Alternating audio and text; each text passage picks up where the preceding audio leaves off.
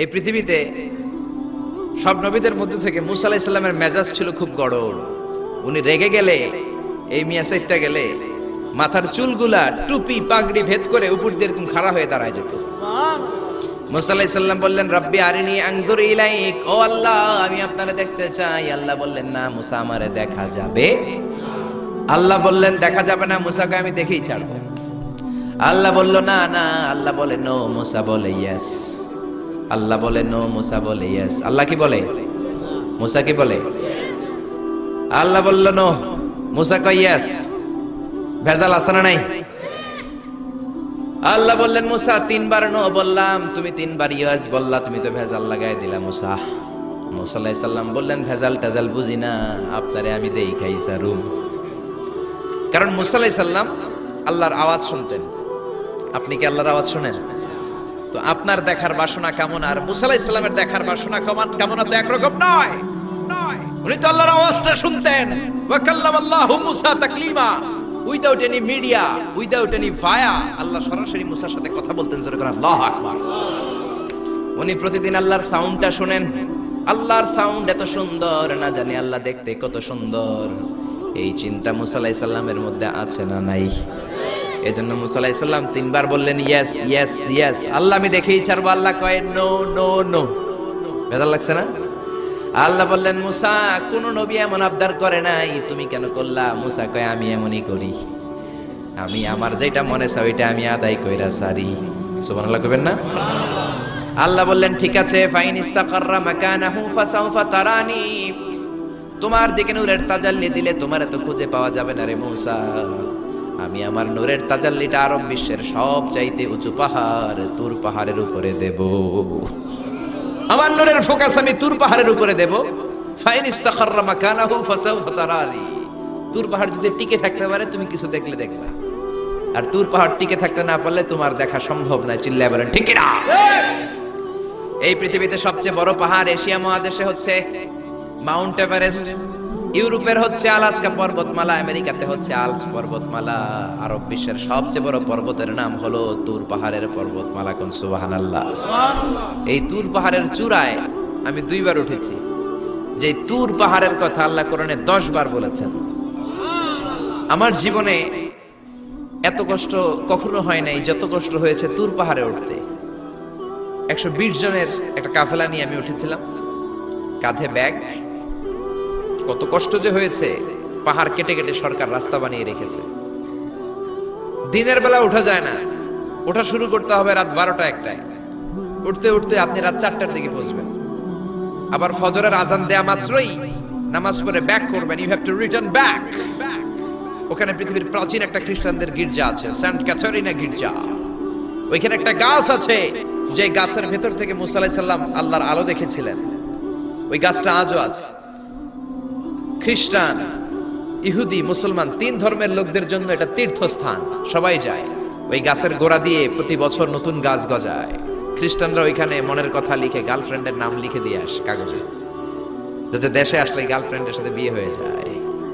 ওই গাছে লাগাই দিলে আপনার গাছ কিছু করতে পারবে না, সুতা লাগাইলে সুতা আপনারা কিছু করতে পারবে না। মিয়া করতে পারে একজন, তিনি কে?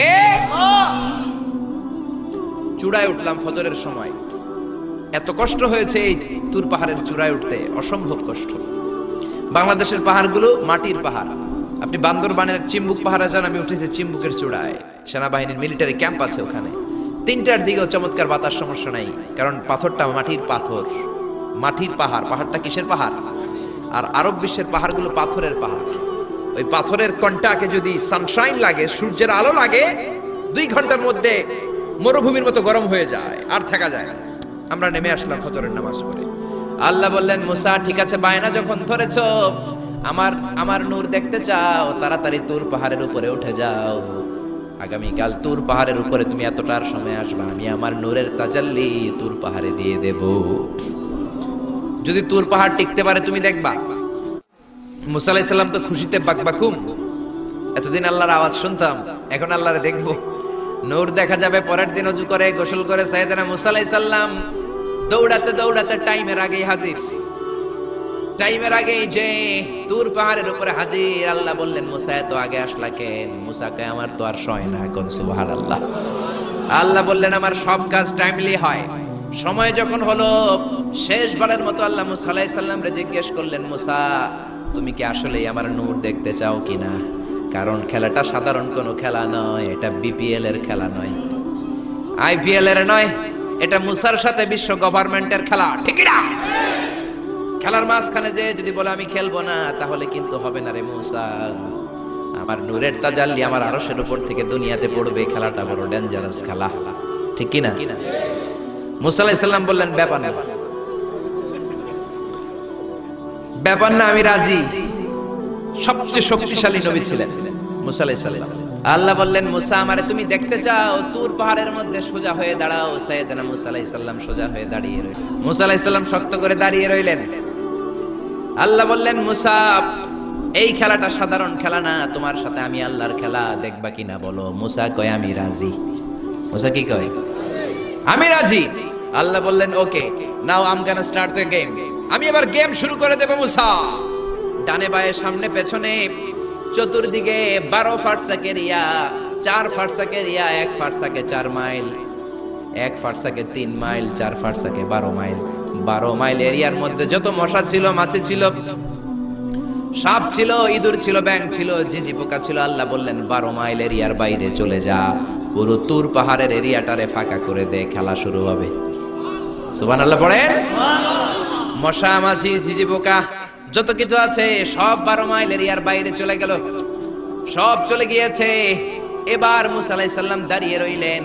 আল্লাহ বললেন ও জিব্রাইল তুমিও 12 মাইল এরিয়ার বাইরে চলে যাও। সাইয়েদনা জিব্রাইল ডেকে বলে আল্লাহ সৃষ্টির শুরু থেকে আজ পর্যন্ত আমিও তো তোমার নূর দেখি নাই। আল্লাহু আকবার। সিদরাতুল মুনতাহার এখানে কান লাগিয়ে তোমার আদেশগুলো শুনি, তোমার অর্ডারগুলো নবীদের কাছে আমি উপর থেকে পৌঁছে দেই, আমিও তো তোমার নূর দেখি নাই। আমার ভাই মুসা নবীর সাথে আমিও যদি একটু নূর দেখতে পারি, সমস্যাটা কোথায়? আল্লাহ বললেন না, সমস্যা আছে, কারণ খেলা তো তোমার সাথে আমার না, খেলা আল্লাহর সাথে। মুসার জোরে কোন ঠিক কিনা? তুমিও 12 মাইল এরিয়ার বাইরে চলে যাও। চলে গেল। এরপরে মুসা আলাইহিস সালাম বললেন আল্লাহ এবার আমি রেডি। আল্লাহ বলল আমি তো রেডি না, কারণ তোমার দুই কাঁধের মধ্যে দুইটা ফেরেশতা আছে না নাই? কিরামান কাতিবিনা ইয়ালামুনা মা তাফআলুন। ও কিরামান কাতিবিন, খেলা শেষ হওয়া পর্যন্ত তোরাও একটু চলে যা। কিরামান কাতিবিনও নাই। এবার আল্লাহ 12 মাইল এরিয়ার মধ্যে স্পেশাল সিকিউরিটি ফোর্স এঞ্জেল পাঠালেন। ফেরেশতারা চলে আসলো। তারা হাতের সাথে হাত লাগিয়ে, পায়ের সাথে পা লাগিয়ে 12 মাইল এরিয়ার মধ্যে বিশাল সীসা ঢালা প্রাচীর দেয়াল দিয়ে দিল। আল্লাহু আকবার। খেলার মধ্যে বাউন্ডারির দরকার আছে না নাই? বিশাল 12 মাইলের বাউন্ডারি দিয়ে আল্লাহ বললেন মুসা শেষবারের মতো জিজ্ঞেস করি, তুমি খেলতে রাজি আছো কিনা? মুসা কয় ব্যাপার না, শক্ত হয়ে দাঁড়িয়ে রইলেন। আল্লাহ বললেন ঠিক আছে। রব্বুল আলামিন এবার 12 মাইল এরিয়াটাকে ঘুটঘুটে অন্ধকার করে দিলেন। এত অন্ধকার, মুসা আলাইহিস সালাম নিজের হাত নিজে দেখে না, নিজের শরীরকে নিজে দেখে না।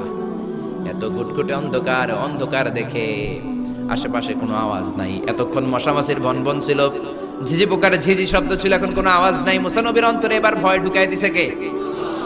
এবার একটু নড়ে সরে বসছে, ভয় লেগেছে, কিন্তু ওই যে আল্লাহর নূর দেখবে আকাঙ্ক্ষা, মনোবল এখনো হারায় নাই। আল্লাহ আবারও বললেন মুসা রেডি আছো কিনা? মুসা কয় কি কয়? ওই যে ব্যাপার না। মুসা আলাইহিস সালাম দাঁড়িয়ে রইলেন।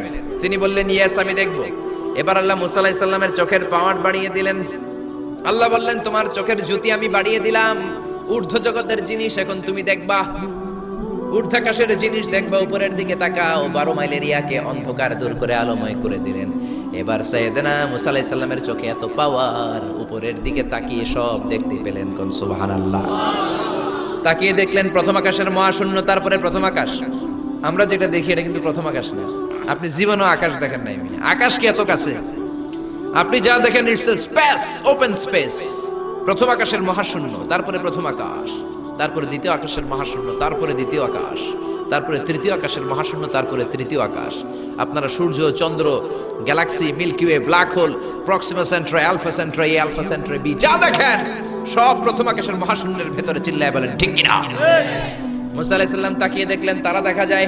এরপরে প্রথম আকাশ, তারপরে দ্বিতীয় আকাশের মহাশূন্য, তারপরে দ্বিতীয় আকাশ। একটার চেয়ে আরেকটা আকাশ বড়। বলেন ঠিক কিনা?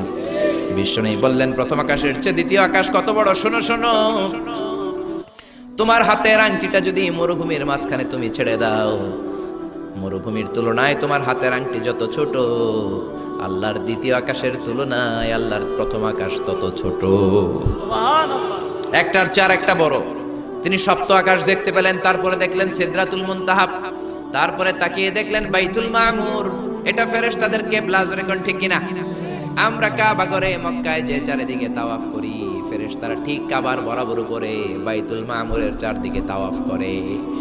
একসাথে 70,000 ফেরেশতা করে, একবারে 70,000 ফেরেশতা একবার যদি তাওয়াফ করে, কিয়ামত পর্যন্ত দ্বিতীয়বার কোন ফেরেশতা তাওয়াফের চান্স পাবে না। কোন সুবহানাল্লাহ। কোটি কোটি ফেরেশতা সিরিয়াল দিয়ে তাদের কাজ শেষ করে এখানে তাওয়াফের জন্য লাইন দিয়ে থাকে, চিল্লায় বলেন আল্লাহু আকবার।